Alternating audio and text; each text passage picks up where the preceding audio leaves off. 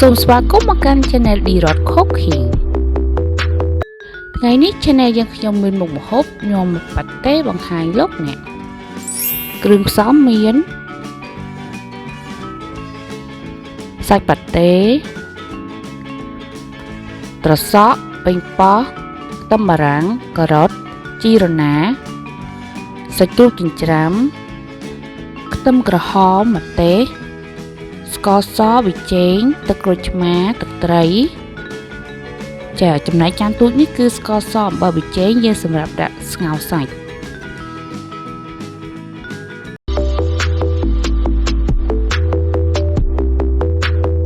ដំបូងយើងដាំទឹកឲ្យពុះ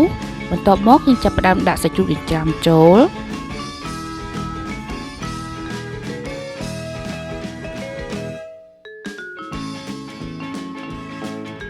បន្ទាប់មកដាក់ស្ករសអំបិលប៊ីចេងចូលដើម្បីឲ្យសាច់ជ្រូករបស់យើងមានរសជាតិកាន់តែឆ្ងាញ់ពេលសាច់ជ្រូកឆ្អិនហើយយើងចាប់ផ្ដើមដាក់សាច់ប៉ាតេចូលយើងធ្វើការស្រុះប៉ាតេរយៈពេលតែ2នាទីប៉ុណ្ណោះបងប្អូន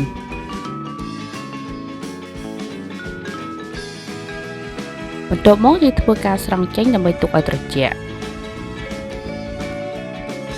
ឥឡូវនេះយើងចាប់ផ្ដើមធ្វើទឹកត្រីមានម្ទេសខ្ទឹមក្រហម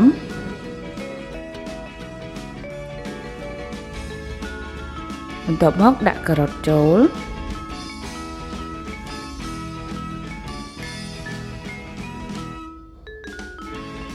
បន្ទាប់មកទៀតចាក់ទឹកត្រីចូល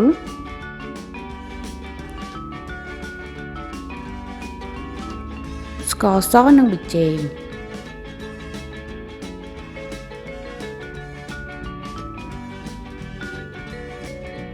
បន្ទាប់មកទៀតចាក់ទឹកក្រូចឆ្មាចូលចាយើងធ្វើការកូរគ្រឿងរបស់យើងឲ្យចូលជាតិគ្នាបានល្អបន្ទាប់មកចាប់ផ្ដើមដាក់ខ្ទឹមបារាំងចូលចាយើងធ្វើការកូរខ្ទឹមបារាំងជាមួយនឹងគ្រឿងរបស់យើងឲ្យចូលជាតិបន្តិចបន្ទាប់មកយើងដាក់ប៉ាតេនិងសាច់ជ្រូកស្ងោររបស់យើងចូល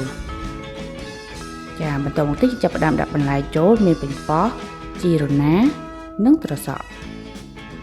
យើងធ្វើការកូរបន្លែនិងគ្រឿងផ្សំរបស់យើងឲ្យចូលជាតិគ្នាបានល្អជាការស្រេច